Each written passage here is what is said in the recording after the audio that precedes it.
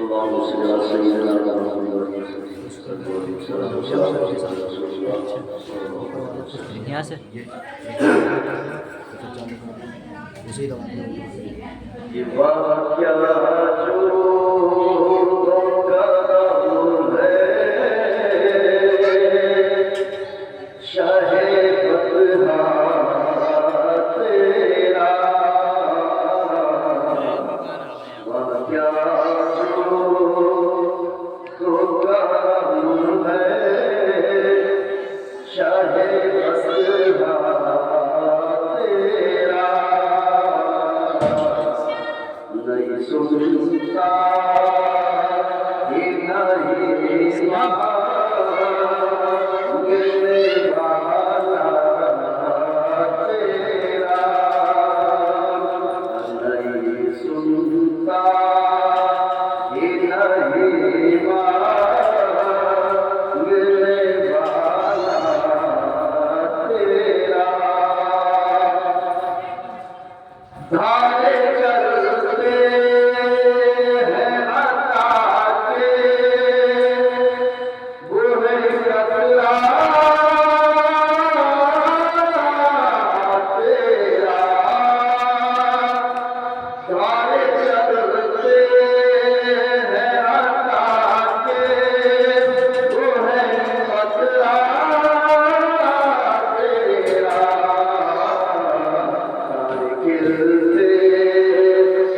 کرتے ایسا کہ وہ ہے اللہ تیرا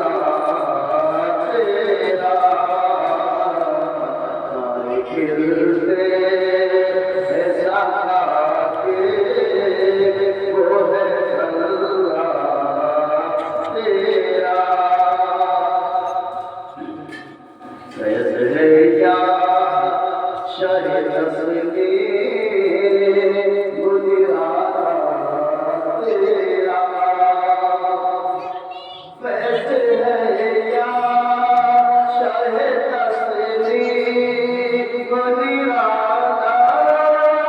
فیض ہے یا شاہ تصویر گزارا تیرا فیض ہے یا شاہ تصویر گزارا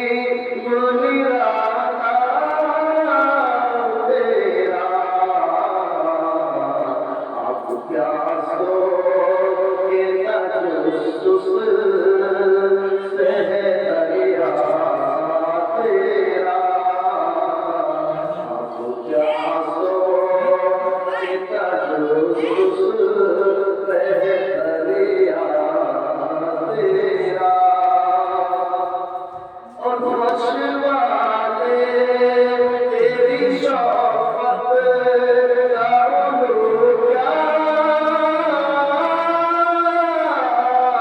جانے مشوالے تیری شوقت دارو کیا جانے اس افعال شبہ خدا ہے میرا تیرا اس افعال شبہ خدا ہے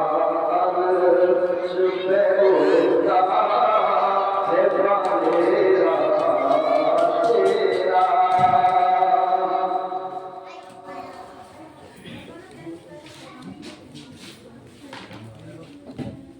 السلام ہے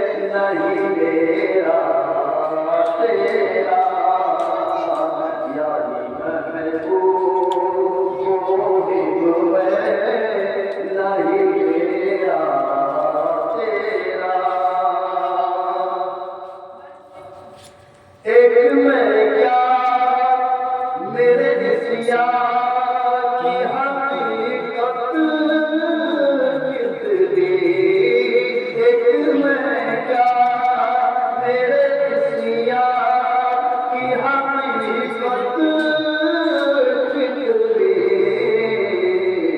مجھے بھی اس سودا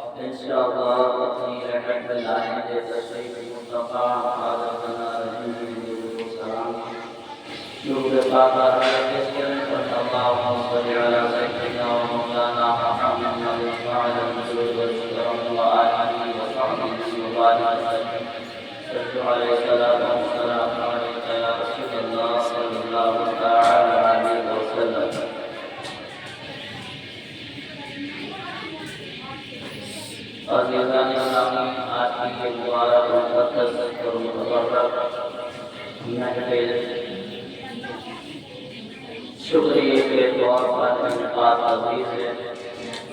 اللہ رب العزت اس کو اپنی بارگاہ میں قبول و مقبول منظور فرمائے ہم اور آپ سب کو اللہ کا سنت سنانے سے کہیں زیادہ عمل کی توفیق عطا فرمائے۔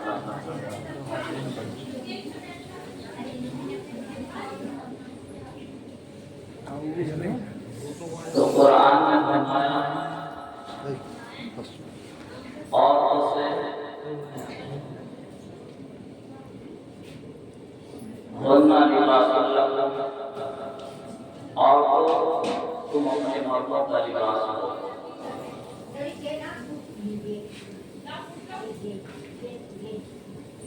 اور پھر مردوں سے فرمایا وَأَنتُمْ لِبَاسٌ لَهُنَّ،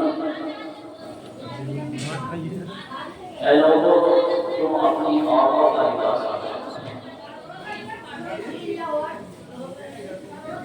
لباس کا ظاہری کام یہ ہے کہ وہ جسم اور جسمانی کو چھپایا جاتا ہے۔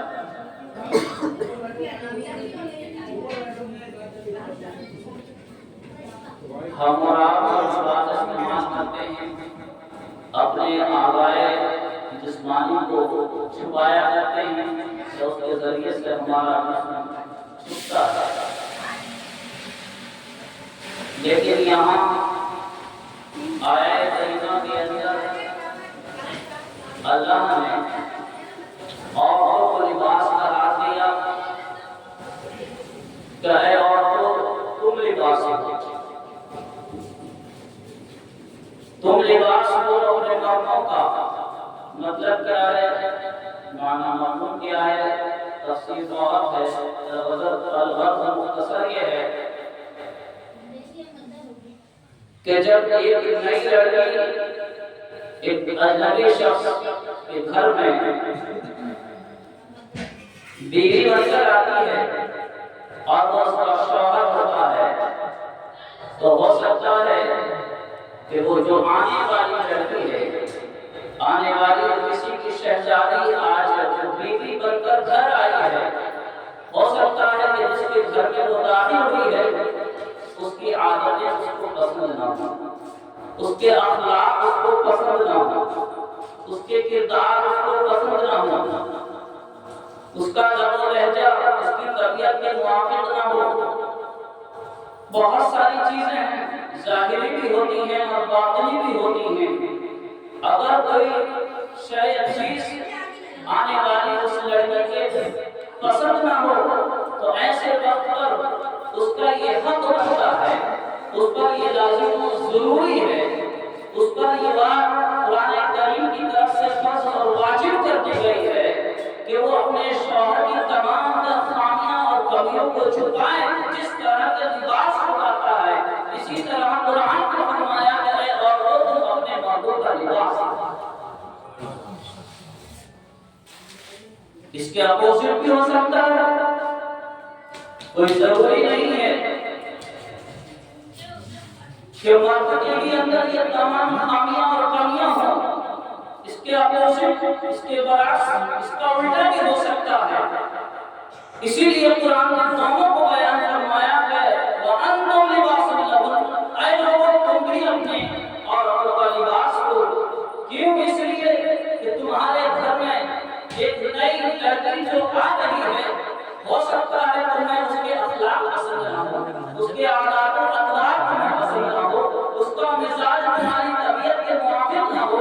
ایسے وقت میں بھی تمہیں یہ چاہیے کہ تم اپنے عورتوں کا لباس بن جاؤ۔ جس طرح کے لباس جسمانیت کو چھپایا کرتا ہے، تم پر بھی اللہ کے کلام سے یہ بات واجب اور فرض قرار دے دی گئی ہے کہ تم اپنے عورتوں کی تمام تر خامیاں اور کمیوں کو اس طرح چھپاؤ جس طرح کے لباس جسمانیت کو چھپایا۔ قرآن نے ایک دوسرے کو ایک دوسرے کا لباس بنایا۔ آگے بیٹھ جا۔ اور اس کے علاوہ بیویوں کے شوہروں پر بہت سارے حقوق ہیں، ان میں سے ایک یہ بھی ہے کہ وہ ان کے ساتھ حسن سلوک سے پیش آئیں، اور ان کے ساتھ مردوں کو چاہیے کہ وہ اچھا اور بھلائی کا سلوک کریں، ان کے دکھ درد کا خیال رکھیں۔ کیوں؟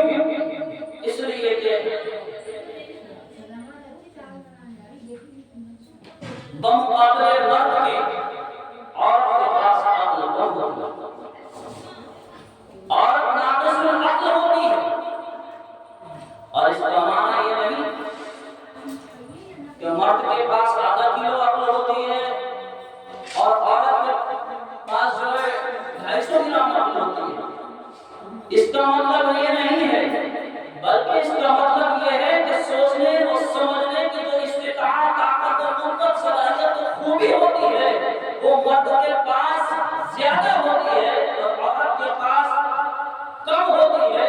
بمقابلے اس معنی کا عورت کے پاس مرد کے مقابلے میں عقل کم ہوتی ہے، اور قرآن نے اسی کو فرمایا اے لوگوں وعاشروہن بالمعروف، تم عورتوں کی عقل کی کمزوری کو پیش نظر رکھتے ہوئے ان کے ساتھ اچھا اور بھلائی کا سلوک۔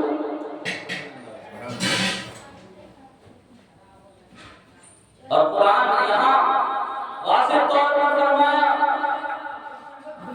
وَإِذْ أَخَذْنَا مِنكُم مِّيثَاقًا غَلِيظًا، انہوں نے لیا ہے اس سے قول مستحق، اور فرمایا کہ وَصَاحِبُ الْجَنبِ، اور کروٹ کے ساتھ فکر، اور کروٹ کے ساتھ اس مراد کیا ہے؟ اللہ کے رسول صلی اللہ علیہ وسلم نے ان تین باتوں کی اس وقت وصیت فرمائی جب وصال شریف کے وقت آپ کی زبان مبارک لڑکھڑا رہی تھی، اور زبان مبارک کو اندر پر ہلکا پن پیدا ہو چلا تھا، اس وقت اللہ کے رسول صلی اللہ علیہ وسلم نے ارشاد فرمایا تھا اے لوگوں نماز نماز نماز، اور تمہارے وہ ہاتھ کہ جن کے تم مالک ہوئے انہیں وہ تکلیف نہ دو جنہیں وہ برداشت کرنے کی طاقت اور قوت نہیں رکھتے، اور اے لوگوں عورتوں کے متعلق اللہ سے ڈرتے رہو، عورتوں کے متعلق اللہ تعالیٰ سے ڈرتے رہو، کیوں؟ اس لیے کہ تمہارے ہاتھوں میں قید ہے، اور ایسی قید میں ہیں کہ جنہیں تم نے اللہ سے ایک امانت کے طور پر لیا ہے، اور ان کی شرمگاہیں اللہ کے کلام سے روح پر حلال ہے۔ تو عورت کی ایک امانت جو اس کی شرمگاہ ہے وہ اللہ کے کلام سے حلال ہے۔ تو ہوتا ہے میاں بیوی میں کبھی کھٹپٹ ہو جاتی ہے، لیکن اللہ کے رسول صلی اللہ علیہ وسلم نے ارشاد فرمایا کہ جو شخص اپنی بیوی کی بد اخلاقی، بد مزاجی اور بد کرداری پر صبر کرتا ہے، اللہ تعالیٰ اسے پیغمبر وقت حضرت ایوب علیہ السلام کے صبر کے اجر کے برابر اجر عطا فرماتا ہے۔ اور اگر عورت اپنے شوہر کی بد اخلاقی اور بد کرداری پر صبر کرے تو اللہ تبارک و تعالی اسے حضرت آسیہ رضی اللہ تعالی عنہا کے صبر کے اجر کے برابر اجر عطا فرماتا ہے۔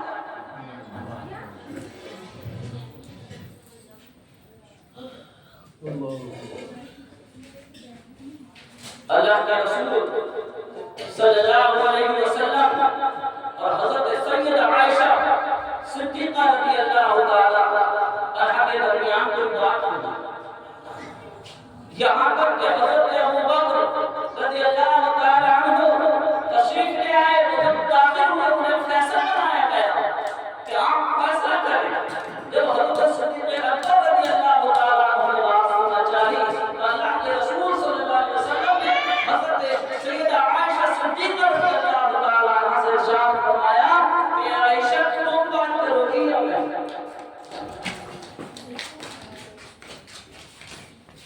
تو حضرت سیدہ عائشہ کہنے لگی اللہ کے رسول سے آپ بھی بات کریں مگر درست اور غلط ہوتی،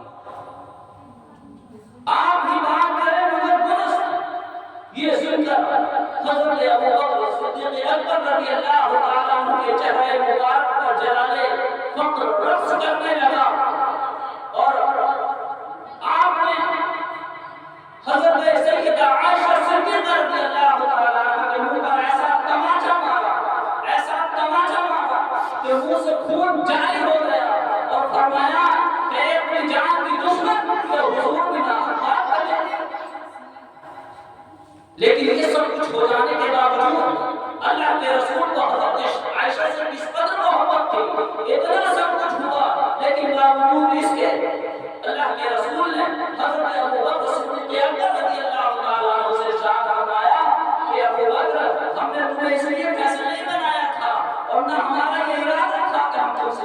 چاہیے. تو عورت کے غصے اور ناراضگی کے وقت عقلمندی اور بزرگی کا مظاہرہ کرنا چاہیے. یہ نہیں کہ ایک بار میں تین بھی دینے کے بعد کر دیتا ہے. یہ نہیں ہونا چاہیے. عقل کمزور ہوتی ہے. بزرگی کا احساس کرنا چاہیے. بزرگی کا اظہار کرنا چاہیے. ایک مرتبہ اللہ کے رسول صلی اللہ علیہ وسلم نے حضرت عائشہ صدیقہ رضی اللہ تعالی عنہا سے ارشاد فرمایا کہ عائشہ میں تمہارے غصے اور ناراضگی دونوں کو پہچان لیتا ہوں. میں تمہارے غصے ناراضگی اور راضی دونوں کو پہچان لیتا ہوں. حضرت سیدہ عائشہ صدیقہ رضی اللہ تعالی عنہا کہنے لگی یا رسول اللہ وہ کیسے؟ تو اللہ کے رسول صلی اللہ علیہ وسلم نے ارشاد فرمایا کہ عائشہ جب تم راضی ہوتی ہو تو کہتی ہو رب محمد صلی اللہ علیہ وسلم کی قسم. یعنی جب حضرت عائشہ ناراض ہوتی تو کہتی رب کی قسم, اور جب راضی ہوتی تو محمد صلی اللہ علیہ وسلم کا نام جوڑ کر کہتی رب محمد صلی اللہ علیہ وسلم کی قسم. یہ انداز تھا حضرت عائشہ کا. تو بہرحال وقت مختصر ہے, یوں سمجھنے کی کوشش کیجیے نکاح جو ہے یہ اطاعت اور پیروی اور اتباع کی ایک قسم ہے. نکاح یہ اطاعت اتباع کی ایک قسم ہے. عورت پر یہ لازم و ضروری ہے کہ اس کا شوہر اس سے جو کچھ طلب کرے وہ اس کے حکم پر عمل کرے, بشرط یہ کہ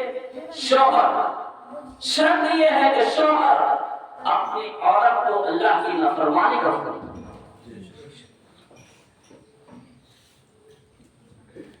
اگر فرض نماز کا وقت آ گیا, اگر ایسے میں اس کو فرض نماز سے روکتا ہے تو شوہر کی اس بات یا اس حکم پر عورت عمل کرے.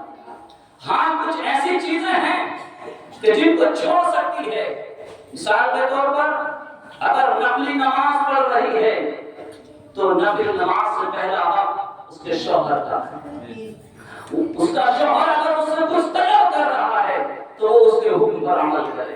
یہاں تک اللہ کے رسول نے فرمایا کہ شوہر کی اجازت کے بغیر وہ نفلی روزے بھی نہیں رکھ سکتی. شوہر کی اجازت کے بغیر وہ نفلی روزے بھی نہیں رکھ سکتی. اگر کوئی عورت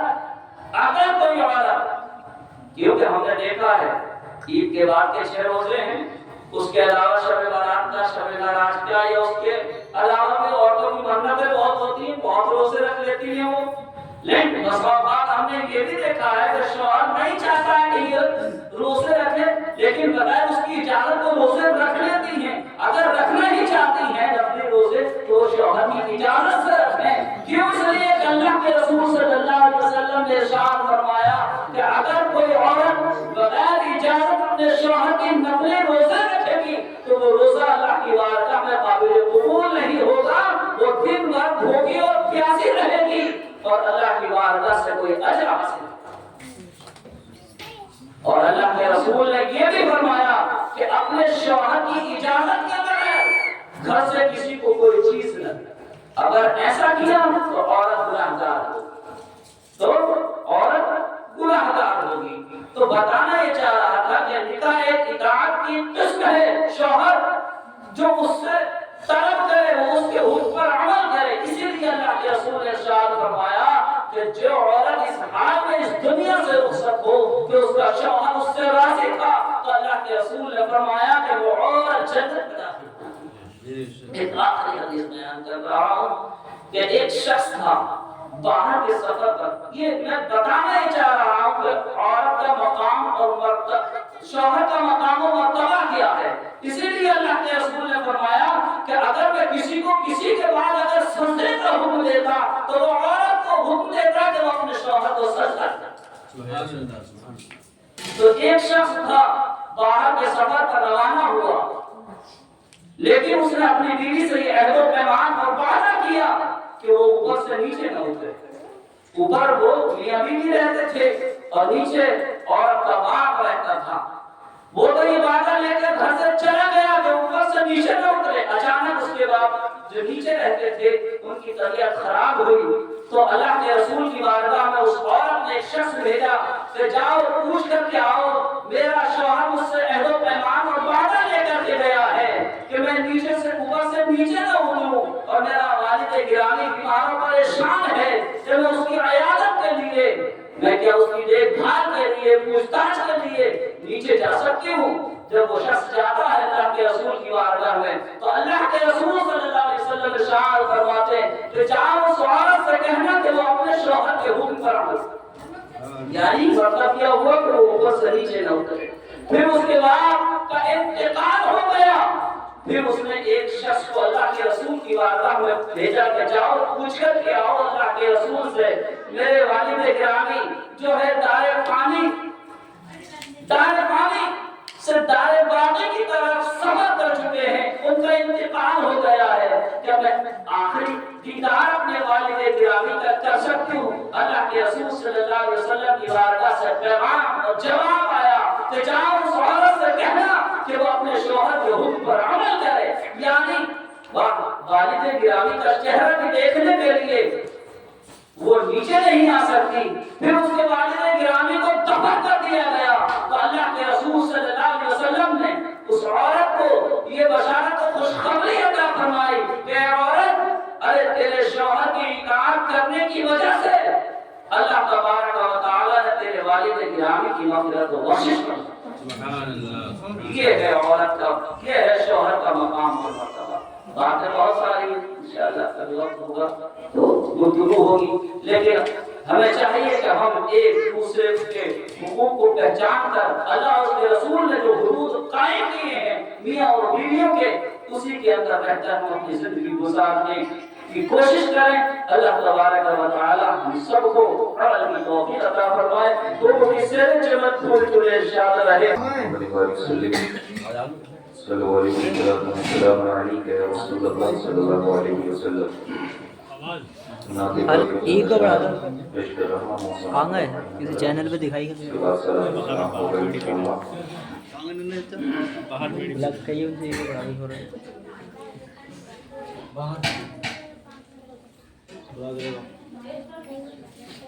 تیز چلا جائے مرتبہ اور سننے بات کریں گا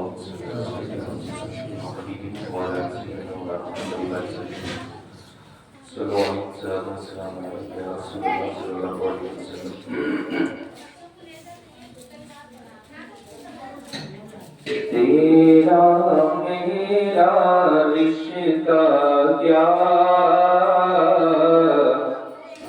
لا الہ الا اللہ، تیرا میرا رشتہ کیا لا الہ الا اللہ، اس کلمے پہ جان فدا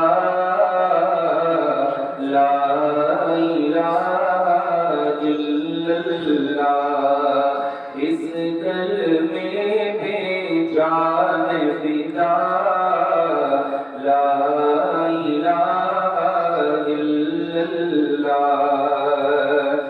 دین کی خاطر لڑتے رہے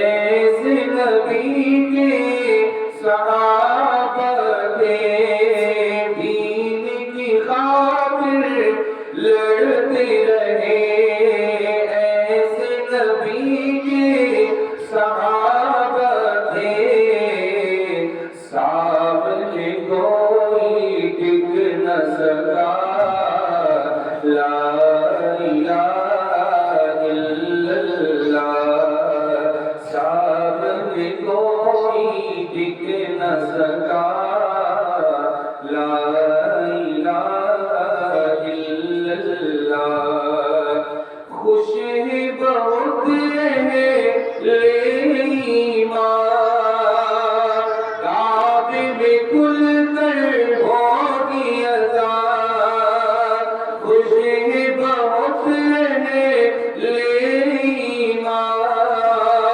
کعبے میں کھل کر ہوگی اذان،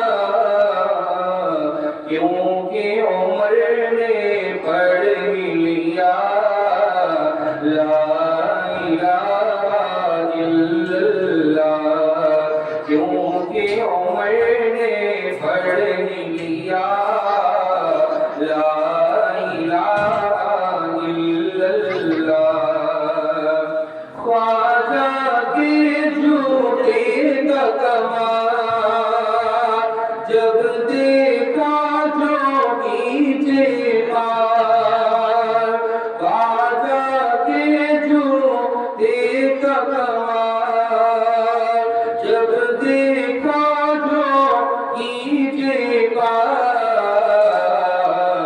جھوم کے پھر وہ پڑھنے لگا لا الہ الا اللہ جھوم کے پھر وہ پڑھنے لگا لا الہ الا اللہ تیرا میرا رشتہ کیا لا الہ الا اللہ سلام مصطفیٰ جانے رحمت دلا او سلام شمع بز میں ہدایت دلا او سلام سرد دل نام لینے سے ہو چاہے کم اس لیے نام آقا کا لیتے ہیں ہم چومے عرش نے مصطفیٰ کے قدم شہر یار ایران تاج دار حرم نوبہار شفاعت دلا او سلام نوبہار شفاعت دلا جن کی وفات مولانا رسول مرحبا مرحبا وہ ہے اہل رسول کتنی پاکیزہ ہے ان کے قدموں کی دھول کتنے مہنگے ہوئے مدینے کے خون کربلا تیری عصمت تیرا او سلام کربلا تیری عصمت تیرا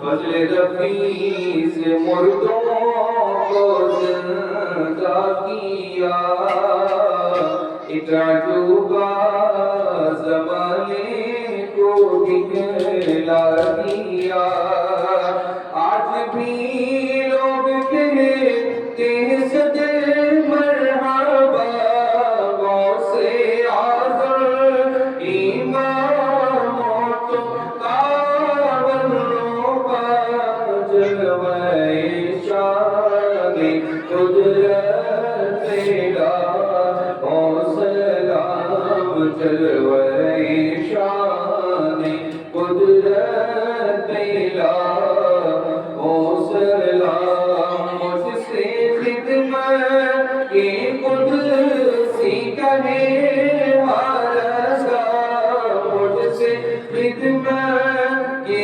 قدسی کہے ہارسا مصطفیٰ جانے رحمت تیرا او سلام شمع بز میں ہدایت تیرا